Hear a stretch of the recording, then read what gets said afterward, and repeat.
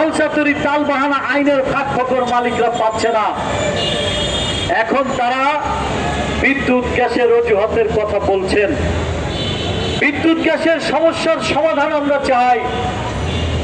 আমরা আমাদের সংগঠনের পক্ষ থেকে ইতিমধ্যেই বলেছি, সরকারের কাছেও দাবি জানিয়েছি, গ্যাস বিদ্যুৎ জ্বালানি সংকট সমাধান করেন। কিন্তু গ্যাস বিদ্যুৎ জ্বালানির সংকটের এই অজুহাত দিয়ে কোনোভাবেই আইন অমান্য করবেন, শ্রমিকদের দুঃখ কষ্ট বিবেচনায় নেবেন না, মজুরি বোর্ড গঠন করবেন না, মজুরি বৃদ্ধি করবেন না, সেইটা আমরা বরদাস্ত করব না। বসুন্ধরা টিস্যু অশুদ্ধতার বিরুদ্ধে এক বিন্দুও ছাড় নয়। গ্যাস বিদ্যুতের সমস্যা সমাধানের দায়িত্ব সরকারের। সরকারের ব্যর্থতার দায় আমাদের শ্রমজীবী মানুষের উপর চাপাতে পারবেন না। ফলে আমাদের কথা পরিষ্কার, এই চলতি আগস্ট মাসের মধ্যে যদি মজুরি বোর্ড গঠন করা না হয়, তাহলে শুধুমাত্র কেন্দ্রীয় কর্মসূচি নয়, দেশব্যাপী আমরা আমাদের কর্মসূচি পালন করতে বাধ্য হব। আপনাদের বলে রাখি, ইতিমধ্যেই বিভিন্ন এলাকার শ্রমিক ভাই বোনেরা বলেছিল, ভাই যে টালবাহানা শুরু করেছে, বুঝতেছি আমাদের এখনই তাড়াতাড়ি রাস্তায় নামা দরকার। আমরা আলটিমেটাম দিচ্ছি, যদি আপনারা টালবাহানা করেন, আগামী মাস থেকে আন্দোলন হবে, লড়াই হবে।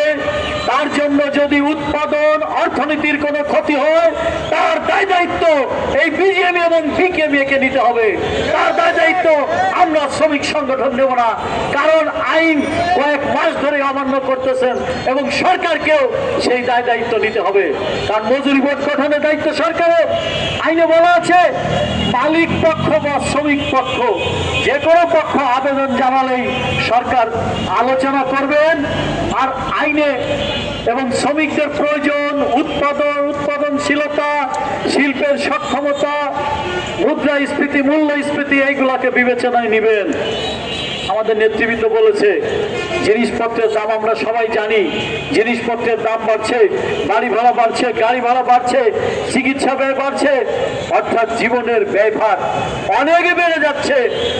আর আমাদের মজুরি বাড়াতে গেলে মালিকরাই সব বলে।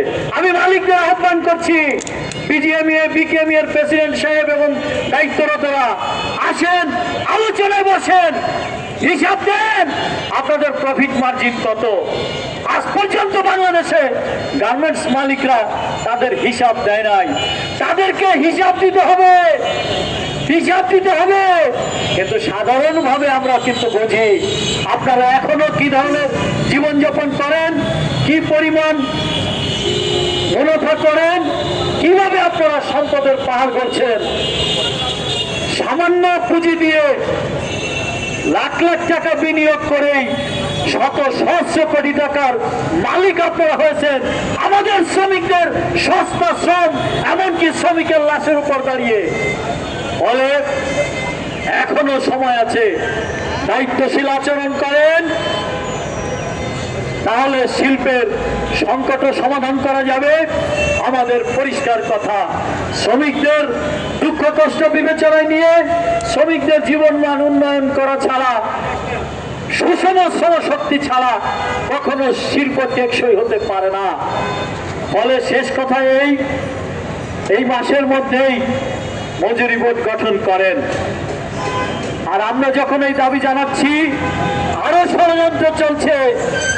আমাদের গার্মেন্টস মালিকরা যে তাদের পকেটস্থ সংগঠন গড়ে তুলেছেন, বিপক্ষীয় সিন্ডিকেট বাংলাদেশের গার্মেন্টস সেক্টরে শ্রমিকদের পাওনা মেরে দেওয়ার জন্য, শ্রমিকদের আন্দোলন দমন করার জন্য সেই সকল সংগঠনরাও এদেরকে নিয়ে মালিকরা নানান ষড়যন্ত্র করছেন।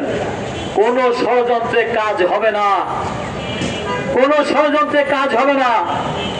মজুরি বোর্ড এখন করতে হবে এবং 1 ডিসেম্বর থেকে বাড়তি মজুরি দিতে হবে। সেটি জাতীয়ভাবে আমরা 30,000 টাকা দাবি করেছি। সারা দেশের শ্রমিকদের 30,000 টাকা দাবি উঠেছে। আমাদের বিভিন্ন গবেষণায় বলছে 60 থেকে 65,000 টাকার কম একটা পরিবার আর এখন বেঁচে থাকতে পারে না। আর সেইখানে তার অর্ধেক টাকার দাবি আপনারা মানবেন না, সেটা আমরা বরদাস্ত করব না।